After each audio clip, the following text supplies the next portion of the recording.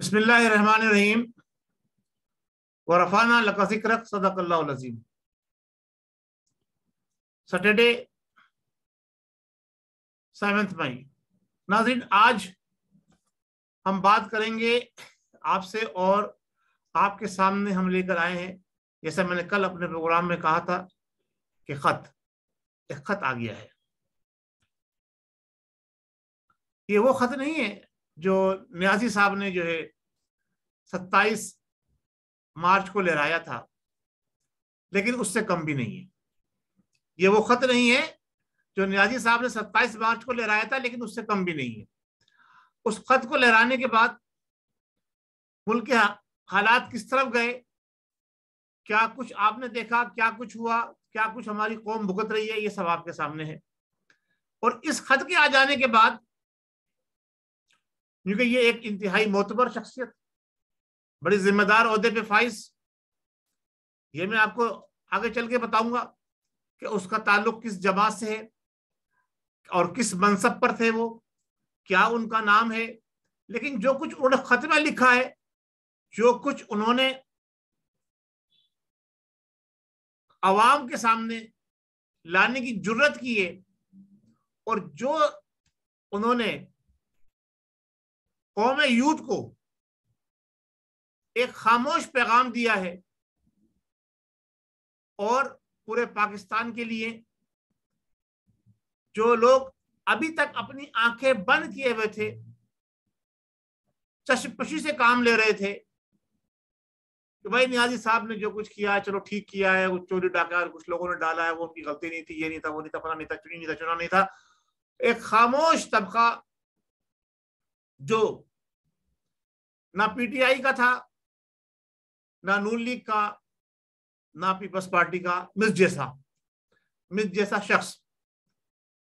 चले थोड़ी बहुत मैं तो बसीरत से काम लेते हुए आपको बहुत सारी चीजों से आगाही दिला रहा था, लेकिन कुछ लोग ऐसे थे बिल्कुल एक खामोश सुकून से बैठे हुए थे। यार ये सियासी जंग है, सियासत हो रही है, लड़ाई झगड़ा हो रहा है। एक बड़े अरसे बाद एक नया चेहरा, नई जमात इख्तिदार में आई थी या लाई गई थी, चलो कोई बात नहीं, अगर लाई गई भी थी तो कोई बात नहीं, चलो ये कुछ कर जाएगी। लेकिन जो कुछ हुआ वो आपके सामने है। इस खत ने उस सारी चीजों के ऊपर, जो कुछ माजी में हुआ है या अब जो कुछ होने जा रहा है, इस खत का उसके ऊपर बड़ा गहरा असर पड़ने वाला है। तो आइए नाज़रीन, आज हम बात करते हैं खत की। ये खत एक इंतहाई जिम्मेदार मोतबर शख्स ने लिखा है, और उन्होंने मुखातिब किया है, डियर इमरान नियाजी साहब। डियर इमरान नियाजी साहब, आपका मोहब्बतनामा शोकाज नोटिस की शक्ल में मुझे मिला, जिसमें मेरी 2 ट्वीट्स जो उन्होंने ट्वीट्स की थी उस पर वजाहत मांगी गई है। मुझे शौकत खानम कैंसर हॉस्पिटल के लिए की गई कई सालों तक अपनी तनख्वाह में से हर माह 10% डोनेशन कटवाने का अफसोस नहीं। मुझे मियांवाली नमल यूनिवर्सिटी को डोनेशन देने का कोई अफसोस नहीं। मुझे 2005 के जलजले में आपको डोनेशन देने का कतई अफसोस नहीं। अल्फाज एक आध लफ्ज आगे पीछे हो सकता है, लेकिन मफहूम सब वही है। मुझे पीटीआई में 20 साल काम करने का भी अफसोस नहीं। सुनिए बाप, पीटीआई में 20 साल काम करने का भी अफसोस नहीं। मेरी जात से बालातर मकसद था। मुझे पीटीआई में 20 साल काम करने का भी अफसोस नहीं, क्योंकि ये मेरी जात से भी बालातर मकसद था। क्या मकसद था वो आगे चल के बताएंगे। मुझे अफसोस ये है कि मैं आपको पहचान ना सका। ओए होए होए होए होए, यानी 20 साल तक नियाजी साहब के साथ जो हम निवाला हम प्याला रहा हो, वो उनको पहचान नहीं सका, तो फिर ये यूथ उन्हें क्या पहचानेंगे जो कभी उनसे मिले ही नहीं है, खाली तकरीरें सुनी है, दूर से दीदार किया है, करीब भी नहीं आने देते। मुझे अफसोस ये है कि मैं आपको पहचान ना सका। आप इस मुल्क की तारीख के सबसे बड़े, लफ्ज में इस्तेमाल नहीं करना चाहता, लेकिन खत है जो लिखा है वही पढ़ूंगा, धोखे का नाम है। इस मुल्क की तारीख के सबसे बड़े धोखे का नाम है, ये धोखा मेरा इल्जाम नहीं बल्कि आपके अपने माजी में किए गए दावों और बरसरे इख्तियार आने के बाद इन दावों के मुतजाद का शाख खासा है, तजाद का शाख खासा है। यानी जो दावे आपने किए थे उनके तसाद का शाख खासा है। ये इसका नाम है सबसे बड़ा धोखा। ये कौन कह रहा है, ये आगे चल के आप देख लीजिए। रियासत मदीना में हजरत उमर से उनके कुर्ते के कपड़े के साइज पर सवाल उठा था, उसका जवाब दिया गया, लेकिन इस शख्स को कोई शोकाज नोटिस नहीं दिया गया। पाकिस्तान को रियासत मदीना से पहले अपनी पार्टी को तो रियासत मदीना के मुताबिक बना लें। यानी इसका मतलब पार्टी का ही आदमी है ना, यकीनन जो पार्टी का जिम्मेदार आदमी है, 20 साल उसने कहा मैं पार्टी के साथ नियाजी साहब के साथ शाना बशाना चलता रहा।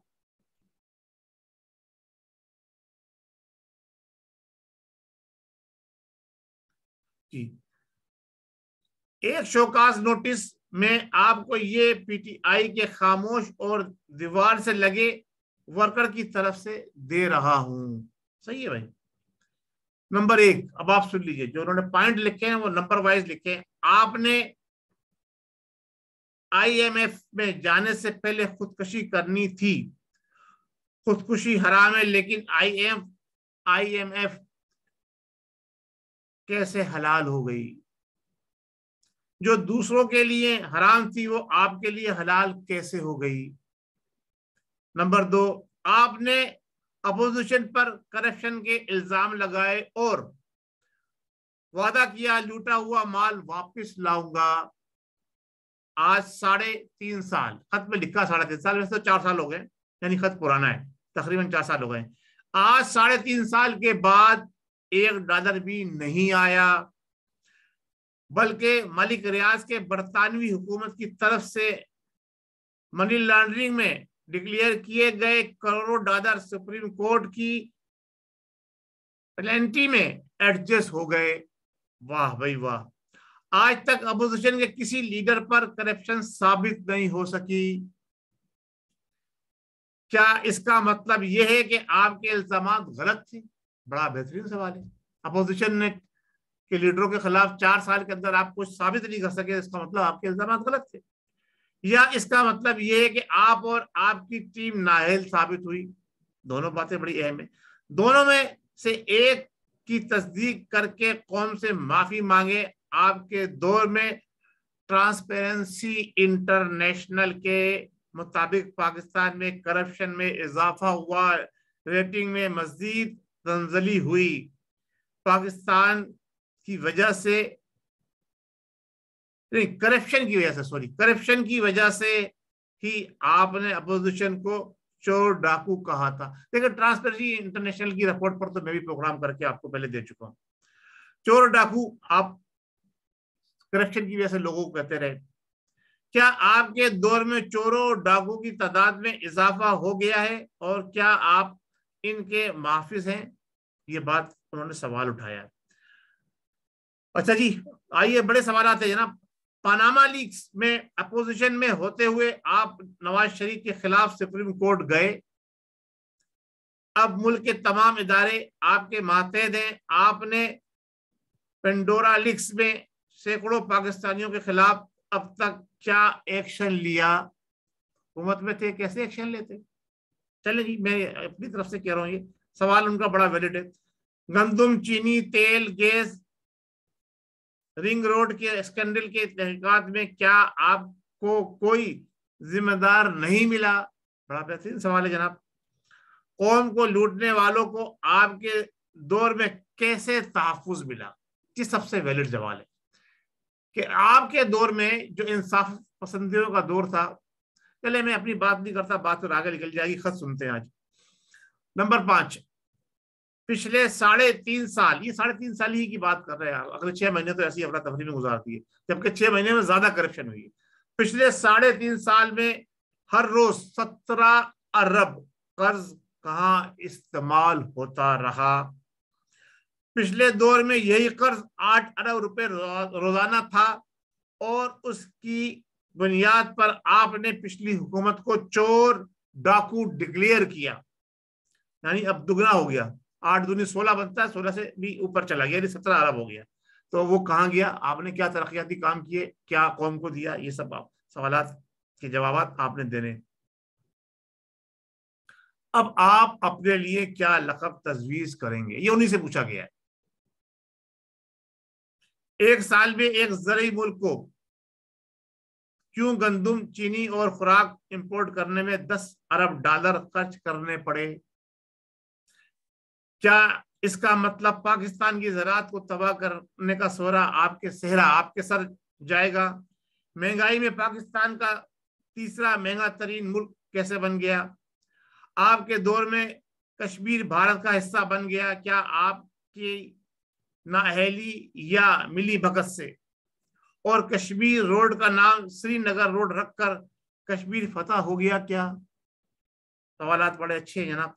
आपके दौर में सिर्फ 3.5 सालों में पाकिस्तान में रुपया डॉलर के मुकाबले में 50% कैसे गिर गया?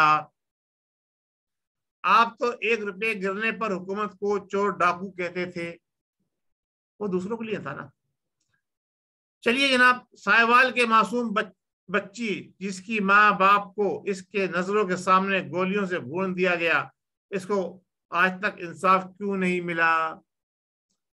कंटेनर पर खड़े होके मॉडल टाउन के, मेरा भी सवाल आ गया है, लोगों को इंसाफ दिलाने वाले अब तक क्यों खामोश रहे? क्या इसकी मासूम शक्ल आपको ख्वाब में आती है? ये सवाल है उनसे। अच्छा जनाब, मरी में सर्दी में ठिठर कर या कार्बन मोनोऑक्साइड से अपनी जिंदगी की बाजी हारने वाले, जो कि बनी गाला से सिर्फ आधा घंटा की ड्राइव पर थे, आपको रात को नींद कैसे आती है जब मीडिया ने एक रात पहले ही हालात की संगीनी का बता दिया था? क्या इन जानों का हिसाब दुनिया में देंगे या रोज महशर इसका जवाब देंगे? खलीफतुल मुस्लिमीन, खलीफा वक्त नजरिया जिसे कहते हैं इस्लामी रियासत के अंदर, तो हाकिम वक्त जो है वो जिम्मेदार होता है। ठीक है, आपने गैर कानूनी तौर पर अपनी पार्टी को तहलील करके अपनी पार्टी के आइन की धज्जियां उड़ाई। क्या ये एक फाशिस्ट जमात है या जमहूरी जमात है? क्या आप पार्टी के अंदर फ्री और फेयर इलेक्शन करवाने की हिम्मत कर सकते हैं? मुझे यकीन है कि अगर शफाफ इंट्रा पार्टी इलेक्शन हुए तो आप अपनी पार्टी में इलेक्शन हार जाएंगे। बहुत बड़ी बात कह दी जनाब। यानी तहरीक इंसाफ का चेयरमैन बानी तहरीक इंसाफ अगर अपनी पार्टी में शफाफ इलेक्शन कराता है तो वो हार जाएगा। कितनी बड़ी बात इस खत में लिखी है, यूथियों के लिए एक बड़ी गौर तलब बात है। वो होगा क्या, वो बात की बात है, लेकिन लिखने वाले ने जो लिखा है वो आपके सामने पेश कर रहा हूं। अच्छा जनाब, आपने 50 लाख घरों का वादा किया था, 3.5 साल में कितने घर बन गए? क्या ये भी रोटी कपड़ा और मकान जैसा सियासी नारा था? ये तो सवाल अब बेमाने होता नजर आ रहा है हुकूमत जाने के बाद। जब आप हुकूमत में थे, जब उस वक्त ये सवाल उठाए जाते तो अच्छा था। बहरहाल, क्या आपने पाकिस्तान के नौजवान नस्ल को बद तहजीबी, गालम गलोच और बदतमीजी का कल्चर दिया? इस नस्ल का मुस्तकबिल क्या है? इसकी तरबियत कौन करेगा? ये बड़ा गहरा सवाल है। इस सवाल के ऊपर तो जनाब अली जितना रोया जाए वो कम है, इस पर जितने आंसू बहाए जाए वो कम है, इस पर जितना मातम किया जाए वो कम है कि इस कल्चर को तबाह व बर्बाद कर दिया। 126 दिन के धरने के बाद से जो सिलसिला चला है ना, बदतहजीबी बदतमीजी का, घरों के अंदर अपने माँ बाप बहन भाई औलाद, इवन देन मियाँ बीवी के अंदर भी जनाब अली इस कल्चर ने जगह पाई है। एक बात यहाँ कहता चलूं, आपको शायद अंदाजा हो या ना हो, मुझे अंदाजा इस बात का है कि मैं शहर कराची का रहने वाला हूं। एक वक्त वो था शहर कराची के अंदर कि जब MQM की तूती बोलती थी तो यही सूरत हाल वहां थी, लेकिन वो शहर कराची, हैदराबाद और बिल्कुल खास तक महदूद थी। इस तहरीक इंसाफ ने तो इस कल्चर को पूरी पाकिस्तान के अंदर लागू कर दिया जनाब अली। इस पे जिसे कहते हैं ना जबरदस्ती ठोसा गया है। अच्छा जनाब, ये तो तबाह बर्बाद नस्ल हो गई है, क्या क्या क्या कहा जाए, कैसे होगा, क्या सिलसिला होगा। आते हैं ओवरसीज पाकिस्तानियों की तरफ। मैं ओवरसीज में पाकिस्तानी हूँ बहुत अरसे से, तो ओवरसीज पाकिस्तानियों की बात करते, सवाल भी उन्हीं के मुतालिक आ गया। ये लीजिए, क्या आपने ओवरसीज पाकिस्तानियों को सालों तक एटीएम मशीन की तरह इस्तेमाल नहीं किया? बिल्कुल किया जनाब, मैं जवाब दे रहा हूँ। लेकिन हुकूमत में आने के बाद ओवरसीज की नुमाइंदगी जुल्फी बुखारी, तारिक महमूद जैसे लोगों के हवाले कर दी, जिनका आपके ओवरसीज चैप्टर से कभी भी कोई ताल्लुक नहीं रहा। असल में आपका सवाल है तो चलो ठीक है, मैंने अपना सवाल पढ़ दिया। वो ओवरसीज थे ना, वो बाहर रहते थे, इसलिए उनको दे दी गई।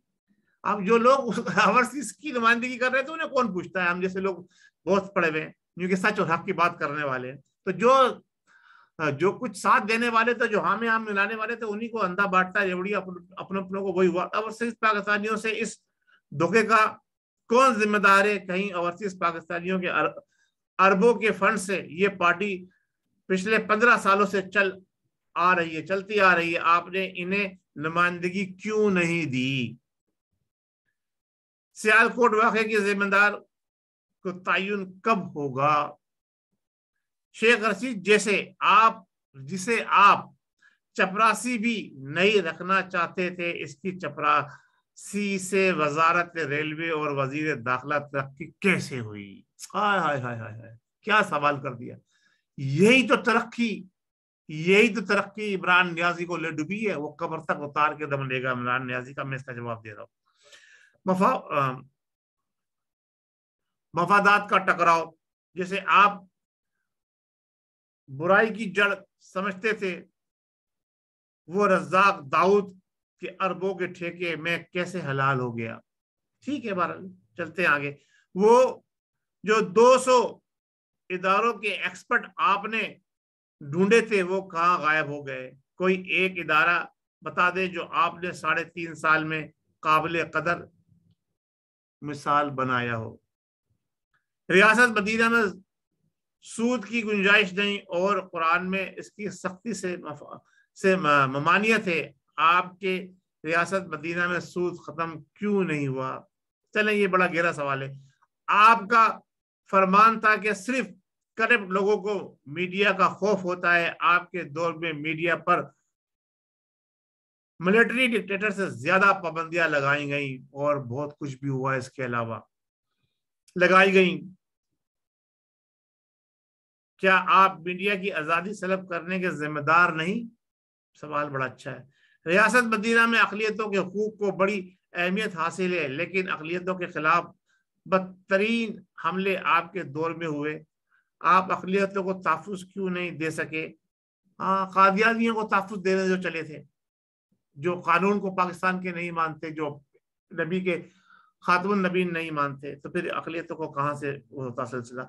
आपने पुलिस रिफॉर्म का वादा किया था, 3.5 साल में ये क्यों नाफिज नहीं हो सका? और बहुत सारी चीजें हैं, बड़ा लंबा तवील खत है। इलेक्शन कमीशन कवानीन के मुताबिक आपके पास 3 माह का वक्त है इंट्रा पार्टी इलेक्शन करवाने का। अभी तक इलेक्शन का ऐलान क्यों नहीं हुआ?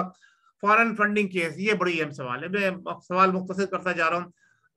पुलिस के रिफॉर्म के अलावा, सिविल स्ट्रक्चर के रिफॉर्म के अलावा, फॉरेन फंडिंग केस में आपने पार्टी मुलाजमीन के नाम पर क्यों मंगवाया? ये बड़ा अहम सवाल है।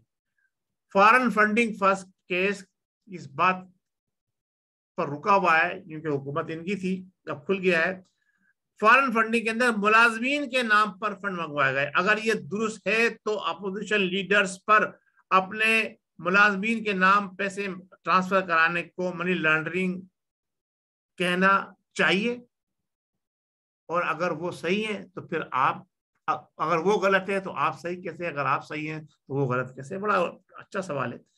आपका चहीता वजीर हम्माद अजहर शाहजेब खान ज़ादा के सवालात का जवाब क्यों नहीं दे सका? क्या ये भी आपका मंसूर अख्तर है?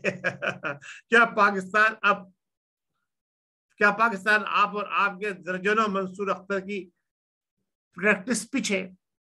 एक सवाल रह गया बुजदार के हवाले से। चले ठीक है, अगर नवाज शरीफ की बीमारी को आपके वजीर फ्रॉड कह रहे हैं तो जी से क्या फैसल सुल्तान सबसे बड़ा फ्रॉडिया नहीं है, जिसने नवाज शरीफ की बीमारी की दुरुस्त होने का सर्टिफिकेट जारी किया? ये आपके चले। फिर आपका बनी गाला, हाँ ये बड़ा अहम सवाल है। आपका बनी गाला घर और कॉन्स्टिट्यूशन एवेन्यू का फ्लैट कैसे गैर कानूनी से कानूनी हो गया? क्या गरीबों के घर रेगुलाइज नहीं हो सकते जैसे कॉन्स्टिट्यूशन एवेन्यू रेगुलाइज हो गया? लेकिन ये सवाल बड़े टेढ़े हैं। क्या इस झूठ के बाद आप सादिक और अमीन रहेंगे? आपने सालाना रेवेन्यू कलेक्शन के हवाले से कौम को गलत अदाद-ओ-शुमार पेश किए, टीवी पर आकर कौम से खिताब करके गलत अदाद-ओ-शुमार पेश किए, झूठे। इसके बाद भी सादिक और अमीन आप रहेंगे? सवाल बड़ा अच्छा है। अगर आपने इन 30 सवालों का शोकास का जवाब दे दिया तो मैं अपनी 2 ट्वीट्स का भी जवाब दे दूंगा। आप रियासत मदीना के हुक्मरान होने का सबूत दें और मेरे सवालों का जवाब भी दें और मेरे खिलाफ धमकियों को बंद करें। मेरे खिलाफ आपकी हिदायत इंशाअल्लाह कामयाब नहीं होगी, क्योंकि मेरे और आप में एक फर्क है कि देखें क्या फर्क है। मेरे और आप में एक फर्क है कि हर रोज सोने से पहले मेरी 2 बेटियां, वाह माशाल्लाह, मेरी हिफाजत और सलामती की दुआ करती हैं, लेकिन आप इससे महरूम है ना। ये जाती बात है, ये नहीं कहनी चाहिए थी। उसके बेटे यहूद नसारा क्या पर ले, वो अकेले बात है, छोड़ दें उसको। आपको अंदाजा नहीं कि बेटी की दुआ क्या होती है। ये बात सच है, हकीकत है कि बेटी की दुआ, माँ की दुआ, बाप की दुआ, वो बहन की दुआ, ये बड़ी अहमियत की हामिल होती है। चले ठीक है। वैसे मैंने पिछले 10 दिन में 40 ट्वीट्स की हैं, इसलिए शोकाज को तब्दील कर लें। मेरी इन 40 ट्वीट को 20 लाख लोगों ने, अच्छा जी, उनकी 40 ट्वीट को 20 लाख लोगों ने देखा है। बहुत बड़ी अक्सरियत ने इत्तेफाक किया है। ये है बड़े नोट करने वाली बात। बहुत बड़ी अक्सरियत ने इत्तेफाक किया है, रीट्वीट किया है। सिर्फ 2000 कमेंट्स मनफी थे, यानी 40,000 में से सिर्फ 2000 मनफी आए। और ये भी पूरे पाकिस्तान से आपके सिर्फ 200 जो इनके लोग सोशल मीडिया एक्टिविस्ट के अच्छा उन्होंने भेजे हैं, कमेंट्स थे। आपको पता भी नहीं चला, आपके सोशल मीडिया भी फेल हो गई या उनका भी ज़मीर मेरी तरह जाग गया। ये ज़मीर जागे हुए शख्स का खत है जो इमरान नियाज़ी साहब के सामने भेजा गया है, खुला खत, और मैंने पढ़कर आपको सुनाया है। अब आप इनकी डांट काटना शुरू कर दीजिएगा। आपके जवाब का इंतजार रहेगा। पूरी कौम को खत लिखने वाला अब अपना तारुफ भी कराता है, अहमद जवाद। नाजरीन, ये है वो अहमद जवाद जिसका खून पसीना पीटीआई की बुनियादों में है, जो पीटीआई के वर्कर्स और ओवरसीज पाकिस्तानियों के असल आवाज है। अहमद जवाद साहब को मैं सलाम पेश करता हूं। इनका तारुफ क्या है ये देख लीजिए, इनका ओहदा क्या है ये देख लीजिए। ये पीटीआई के बानी वर्कर्स से इनका शुमार होता है। पीटीआई इनके रहमो करम पर चलते चलते एक छोटी सी सियासी जमात से हुकूमती जमात बन गई। यह तहरीक इंसाफ के साबिक सेक्रेटरी इत्तलात जो कि किसी भी सियासी जमात के अंदर, जो सेक्रेटरी इत्तलात किसी भी सियासी जमात की रीढ़ की हड्डी से भी बड़ा अहम होता है, बल्कि उस सियासी जमात का ब्रेन होता है।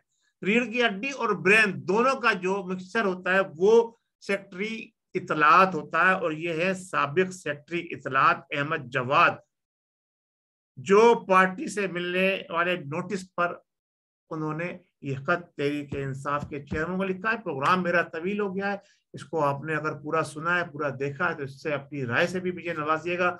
मैं आपका शुक्रगुजार हूं कि आप AQ ग्लोबल को देखते हैं, मुझे सुनते हैं। आइंदा कल के प्रोग्राम के अंदर मैंने कुछ बड़ी अहम बातें की है, उसको जरूर देखिएगा और उससे बड़ी आपको रहनुमाई हासिल होगी। बहुत शुक्रिया। पाकिस्तान जिंदाबाद।